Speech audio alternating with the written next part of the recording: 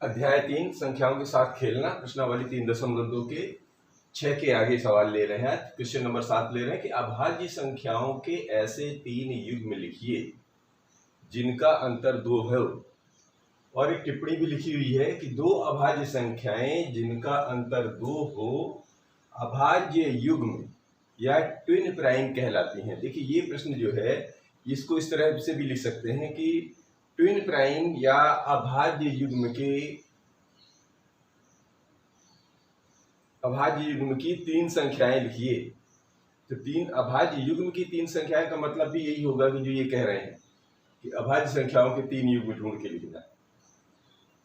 तो एक ही प्रश्न है, यहाँ परिभाषा के रूप में भी अगर कभी पलटना चाहे तो ऐसे वो पूछ सकता है और ऐसे करके ऐसे भी पूछ सकता है। तो आपको ये भी ध्यान रखना है कि जो प्रश्न पूछ रहा है वो इस परिभाषा में शामिल है। उसको ट्विन युग्म मतलब हमारे को ऐसे अभाज्य संख्याएं ढूंढना है जिनका अंतर 2 है। तो सबसे पहले हमको क्या करना है कि अभाज्य संख्याएं कुछ दूर तक लिख लेते हैं जो हमने सीखी हैं, और फिर उनमें देख लेते हैं किनमें लगातार 2 संख्या ऐसी कौन कौन सी हैं जिनमें 2 का अंतर है। तो हमारा अभाज्य संख्याएं पहले से लिखिए, अभाज्य संख्याएं। ये जो अभाज्य संख्याएं हैं वो कौन कौन सी है हमारी? 2 से शुरू होती हैं, फिर 3 आता है, 4 नहीं आता है, 5 आता है, फिर 5 के बाद 7, 7 के बाद 9, 10, 11 नहीं है, 11 आता है, फिर 13, 13 के बाद फिर 17, फिर 19, फिर ऐसे बढ़ती चली जाती है। कोशिश करते हैं इसमें मिल जाती है क्या। देखें जिनका अंतर 2 हो, तो 2 और 3 में तो 1 का अंतर है, 3, 2, 5 इसमें नंबर 1, फिर 5 और 7 में भी तो है, तो 5 और 7 को भी ले लीजिए। 7, 11 में तो ज्यादा है, 11, 13 को ले लीजिए, 11, 2, 13, 17, 2, 19। ठीक है, तो 2 लगातार संख्या है। तो अगर ये इधर को छोड़ेंगे तो इधर की ले सकते हैं। तो हमारी क्या बन रही है? अभाज्य संख्या को 3 युग्म, तो एक तो बन जाता है 3 और 5 पहला। दूसरा युग्म कौन सा बन गया? अगर आप इसको लेना चाहें तो 5 और 7 बिल्कुल आता है, ये 5 आ जाएगा इसमें क्योंकि ये अलग अंक है। 5 और 7 तीसरा, 11, 2, 13, 11 और 13, एक और जोड़ दीजिए। भाई अगर ये इसमें 5 आ गया, अगर आप इसको नहीं लेना चाहते हैं तो ये 17 और 19 में भी तो है, 17 और 19। तो अगर इसको छोड़ना चाहे बीच में तो इसको ले सकते हैं, बाकी दिक्कत नहीं है, संख्याएं गिनी जाएंगी। ठीक है ना। तो इसका उत्तर ऐसे लिखना है, ये कहलाते हैं ट्विन प्राइम। ठीक है, लेते हैं अगला क्वेश्चन।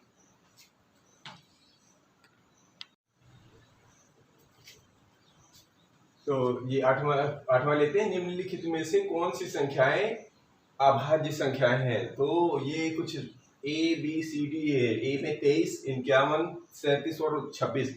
इसमें हमको ये ढूंढना है कि कौन सी संख्या जो है अभाज्य है। तो अभाज्य के लिए क्या तरीका है? अभाज्य संख्या वह संख्या होती है जिसके स्वयं और एक के अलावा और कोई गुणनखंड ना हो। यानी कि अभाज्य संख्या उसे कहेंगे जिसमें स्वयं और वह संख्या हो, केवल और केवल स्वयं और एक के अलावा अन्य कोई गुणनखंड ना होने वाली संख्याओं को अभाज्य संख्याएं कहते हैं। तो शुरुआत करते हैं ए को। ए में है 23, ढूंढिए 23 कैसे बनता है? 1 गुणे 23 करेंगे तो बन जाता है, या यहीं पर लिखिए 23 कैसे बनता है? 1 गुणे 23 करेंगे तो बनेगा, और कोई संख्या आती नहीं है इसमें, है ना। 23 किसी का और इसमें और कोई आती नहीं, यानी कि स्वयं और एक के अलावा इसमें और कोई संख्या नहीं आ रही है। तो इसका केवल और केवल 2 ही गुणनखंड होते हैं, स्वयं और एक। तो यह संख्या कहलाएगी अभाज्य संख्या। क्या लिखेंगे हम? कौन सी संख्याएं हैं? तो इसको हम लिखेंगे ये अभाज्य संख्या है। बी वाला देख लीजिए, बी वाला है 51। 51 को देखिए गुणनखंड, तो 1 गुणे 51 करेंगे तो 51 प्राप्त हो जाता है। और अगर 2 का भाग देते तो पूरा पूरा नहीं जाता, 3 का भाग जाते तो 17 बार जाता है। 17 दूनी 34, 17 3 51। तो ये इसका मतलब हो गया 3 और 17 जो है 51 का एक गुणनखंड होता है। और आगे बढ़ेंगे तो फिर इसमें कहीं कोई बीच में रास्ता नहीं मिलता है। तो इसका मतलब इसके गुणनखंड कितने बन गए, इसमें कितने, 1 और 23 था, यहाँ पे लिख लीजिए गुणनखंड 1 और 23, यानी केवल 2 ही थे, इसलिए ये अभाज्य संख्या थी। इसके गुणनखंड कितने हैं, इसके गुणनखंड है 1, 3, 17 और 51। 1, 3, 17 और 51। इसके गुणनखंड 1 से ज्यादा हो गए, यानी 2 से ज्यादा गुणनखंड हो गए। जिस संख्या के स्वयं और 1 के अलावा ज्यादा गुणनखंड हो जाते हैं तो वो संख्या क्या होती है, अभाज्य संख्या नहीं है। अभाज्य संख्या नहीं है। सी को भी देख लीजिए, 37 का पहाड़ा ढूंढने की कोशिश करिए तो 1 और 37 के अलावा और किसी और से नहीं जाता है। तो इसके कितने गुणनखंड बनेंगे, 1 और 37 के अलावा और किसी में नहीं जाता है। तो इसके जो गुणनखंड बने वो बने 1 और 37, केवल स्वयं संख्या और 1, अर्थात यह क्या हो गया, अभाज्य संख्या हो गई। ये क्या है, अभाज्य संख्या है, अभाज्य संख्या है। यहां पर डी कर लेते हैं, एक बचा है तो यहां पर ले लेते हैं 26 को ले लेते हैं। 26 कैसे बनता है, एक तो बनता है 13, 1 और 26 से। अब दूसरा तरीका क्या है, दूसरा हो गया 2 का भाग पहाड़ा करिए तो 2 एकम 2 और 13 दूनी 26। और देखिए 4 से जाएगा क्या, 3 से तो नहीं जाएगा, 4, 5, 6, 7, अब किसी का नहीं जाएगा। इसका मतलब हो गया 26 में कौन कौन से आ गए, 1, 2, 13 और 26। तो इसके जो गुणनखंड बने, गुणनखंड कौन कौन से बने, 1, 2, 13, 26। तो इसका मतलब क्या हुआ, इसमें स्वयं और 1 के अलावा कितने आ गए, 2 और जुड़ गए। तो इसका मतलब ये है ये अभाज्य संख्या नहीं है, अभाज्य संख्या नहीं है। इस तरह इसको लिखना है। अब लेते हैं 9वां नंबर।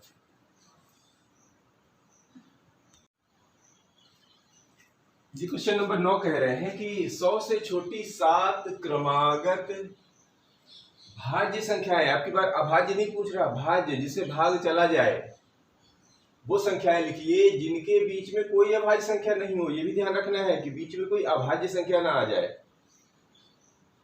तो सबसे पहले आपको करना क्या पड़ेगा, देखो इस टाइप के जब सवाल आते हैं तो आपको जहां से जहां तक वो पूछ रहा है, कहां से, 100 से छोटी, यानी हमारी जो शुरुआत की अभाज्य संख्या है वहां से लेके 100 तक के पहले बीच के हम अगर अभाज्य संख्याएं एक तरफ रख लें और फिर उसके बाद देख लें कि कहां कहां पर कितने गैप हैं, यानी जो अभाज्य के अलावा जितनी बीच में आएंगी वो भाज्य होंगी। तो अगर हम उनकी काउंटिंग कर लें, उनकी गिनती बना लें कि कितनी कितनी आ रही है तो हमें आसान हो जाएगा। तो सबसे पहले हम अभाज्य संख्याएं 1 से 100 तक की लिखेंगे, फिर देखेंगे उनके बीच में कितना गैप है।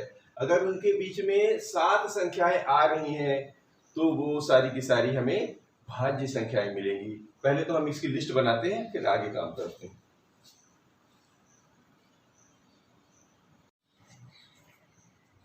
तो ये रही हमारी 100 से छोटी अभाज्य संख्याएं, जो ये लिस्टिंग कर ली। कैसे हमने लोगों ने सीखा था, एरोटेस्थेनीज की छलनी विधि से हम लोगों ने सीख के निकाल लिया था। अब देख लेते हैं इसमें के बीच में कितना कितना गैप है। कम से कम कितना पूछ रहे हैं, जिनके बीच में कोई अभाज्य संख्या नहीं, कितनी लेनी है, 7 लेनी है हमको, 7 क्रमागत भाज्य संख्याएं लेनी है। तो देखिए 2 और 3 के बीच में 1, इसमें ये नहीं आया, इसमें 2 का गैप है, इसमें 2 का, 7, 4, 11, 4 का, इसमें 2 का, 13, 4, 17, 4 किस गैप है, हमको 7 चाहिए, ध्यान रखना है। 17, 2, 19, 2 का गैप है, 19, 4, 23, इसमें 4 का गैप है, 23, 6, 29, 6 पहुंच रहा है, लेकिन अभी 7वां नहीं आया। 29, 2, 31, इसमें 2 का है, 31, 6, 37, यहाँ पर 6, 37, इसमें 6 का गैप है, 37, 3, 40, 1, 41, यानी 4 का गैप, और 41 और 43 के बीच में 2 का गैप। यहाँ पर 43, 4, 47, 4 संख्याएं आएंगी, 47, 3, 50, 3, 53, 6 हो गई, 53, 6 अभी भी 6 है, 59 60 1 61 2 का गैप, इसमें 61 67 6 का गैप, 67 और 3 70 71 4 का गैप, 71 2 73 2 का, 73 6 79 6 का गैप आया, 79 और 80 4 का गैप, 3 और 6 9 यहाँ पर 6 का गैप, और 9 8 17 है, ये इसे मिल रहा है। तो 9 7 16 1 17 है, यहाँ पर मिल रही है संख्या, यहाँ पर गैप मिल रहा है। इसका मतलब कि ये का हमारा गैप अभाज्य संख्या है। पहली यहाँ पर अभाज्य कितनी है 89, और यहाँ पर एक संख्या है 97, यानी इन दो अभाज्य संख्याओं के बीच में पर्याप्त हमारे को संख्याएं मिल रही हैं। तो कोई अभाज्य संख्या यहाँ पर नहीं, क्योंकि ये सारी बीच में भाज्य संख्याएं हैं। तो इसके बीच में कौन कौन संख्या आ रही है, तो 89 के बाद मिलता है 90, 91, 92, 93, 94, 95 और 96। गिन लीजिए कितनी हो गई यहाँ से यहाँ तक, 1 2 3 4 5 6 7, पूरी 7 संख्याएं हैं।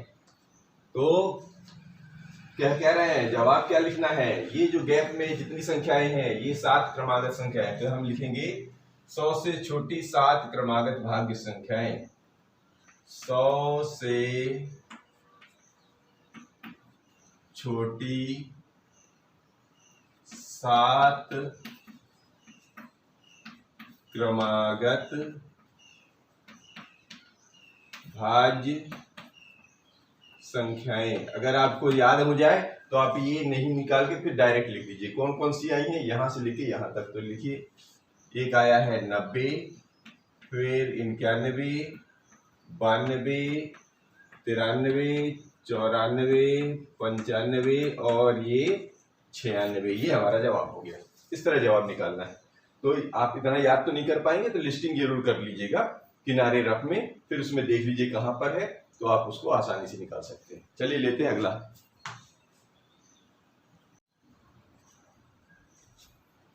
तो क्वेश्चन 10 कह रहे हैं कि निम्नलिखित संख्याओं में से प्रत्येक को 3 अभाज्य संख्याओं के योग के रूप में व्यक्त कीजिए। अभी ट्विन क्या बोलते हैं प्राइम पूछ रहे थे, यानी कि अभाज्य युग्म। अब बोल रहे हैं कि 3 जोड़िए, मतलब 3 संख्याएं अभाज्य ऐसी जोड़िए कि जिनसे ये संख्याएं बन जाए। एक तो 21, दूसरा बी है 31, सी में है 53 और डी में है 61। ये जो हम बार बार लिख के रख रहे हैं, इसका मतलब ये आप अगर ध्यान कर लें, याद कर लें, अगर याद नहीं हो रहा तो किनारे लिख लिया करें रफ में। ये बार बार, क्योंकि इसी से तो निकालना है, तो आपको ये दिमाग में रखना पड़ेगा, क्योंकि बीच में ऐसा ना हो कि कोई बीच में जल्दीबाजी में भाज्य संख्या लगा दें बीच में। अगर भाज्य संख्या लगा देंगे तो फिर पूरा गड़बड़ हो जाएगा। तो ये अभाज्य संख्या है। देखिए, अब ये ए ले रहे हैं हम, इसमें से ए का जो हमारा है, ए में है 21। 21 किससे बनता है देखिए, तो ये देखिए कोई भी लिख दीजिए, 2 भी इसमें शामिल हो जाएगा। क्यों, इसमें ऐसा सम विषम का कोई चक्कर नहीं है। बस आपको ये जो संख्या है इसको 3, इनमें से कोई भी 3 अंक निकालिए और 21 बना दीजिए। इसका मतलब ये है, इन 3 यहाँ से ये जो लिस्ट है इनमें से कुल 3 अंक निकालने हैं और जोड़कर 21 बना देने हैं बस। तो 21 बनता कैसे, जरा ध्यान से देखें कौन कौन संख्या हम जोड़ दें। तो 2 से भी शुरू करें, या 3 5 8 है, और 8 अब कितना चाहिए हमको, 13। ये तो हमको 3 5 13 मिल रहे हैं। तो हम लिख देंगे 3 5 8 और 13 8 21। ये लीजिए बन गया। इस तरह बनाना है। अब इसी तरह बी है, बी है 31। अब ऐसा जोड़िए इनमें से कोई 3 संख्याएं लेके कि वो बन जाए 31। शुरू करते हैं, क्या क्या आ रहा है। तो एक तो 3 लिख लेते हैं, 3 5 8, यहां तक 8 हो गया।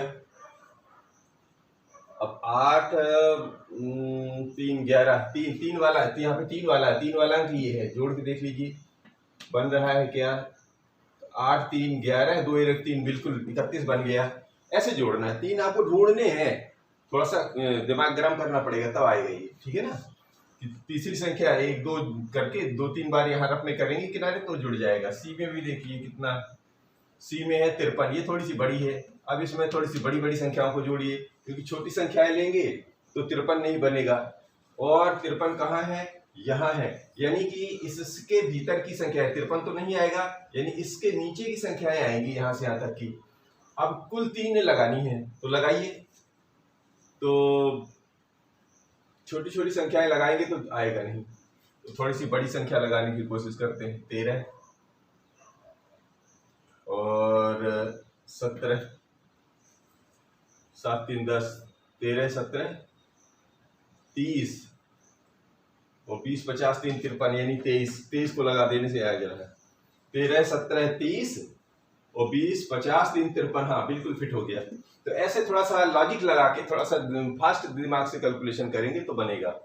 और इसको भी देखिए, 61, ये थोड़ी सी और बड़ी है, तो इसमें थोड़ी सी और बड़ी संख्या है, 61 यानी यहाँ पर है। तो यहाँ से नीचे की तरफ देखिए कौन सी 3 संख्या हम जोड़ दें तो बन जाएगा। तो पहले 2 को बना के सम बनाइए 2 को, तो 13 7 20 और 20 और 41, 61 बन जाएगा। हाँ 7 और 13 7 20 हो गया, और इसमें 41 जोड़ दें तो 61 बन जाएगा। ये लीजिए, ये 41 है, तो 13 7 20 और 41 61, ऐसे करके आप निकाल सकते हैं। तो थोड़ा सा प्रैक्टिस करेंगे तो और स्पीड बढ़ जाएगी। अब लेते हैं 11वां। अब 11वां प्रश्न ये कह रहा है कि 20 से छोटी अभाज्य संख्याओं के ऐसे 5 युग्म लिखिए। यानी अब की बार हमको ज्यादा दूर की नहीं, 20 से कम की ही रखनी है।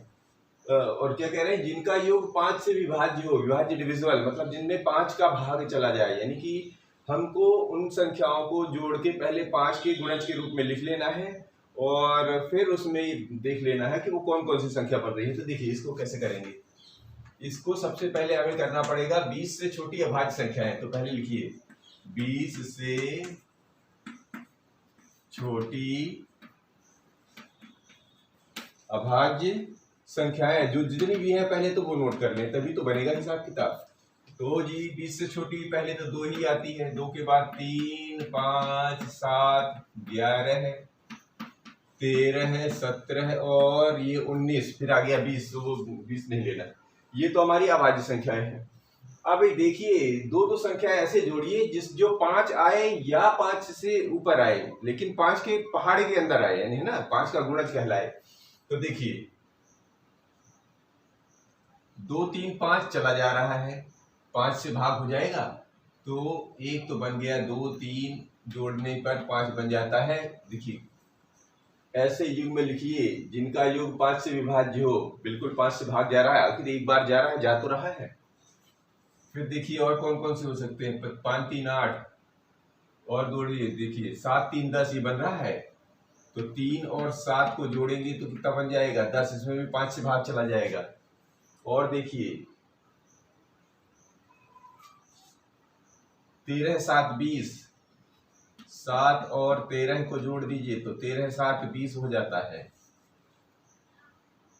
और देखिए 13 में से 2 जोड़ दें तो 15 बन जाता है, 2 में से 13 को जोड़ देने से 15 बन जाता है, इसमें भी भाग चला जाएगा। और देखिए 17 3 20, 3 को 17 में से जोड़ देंगे तो 20 बन जाता है। गिन लीजिए 1 2 3 4 5, हो गया, काम हो गया ना हमारा।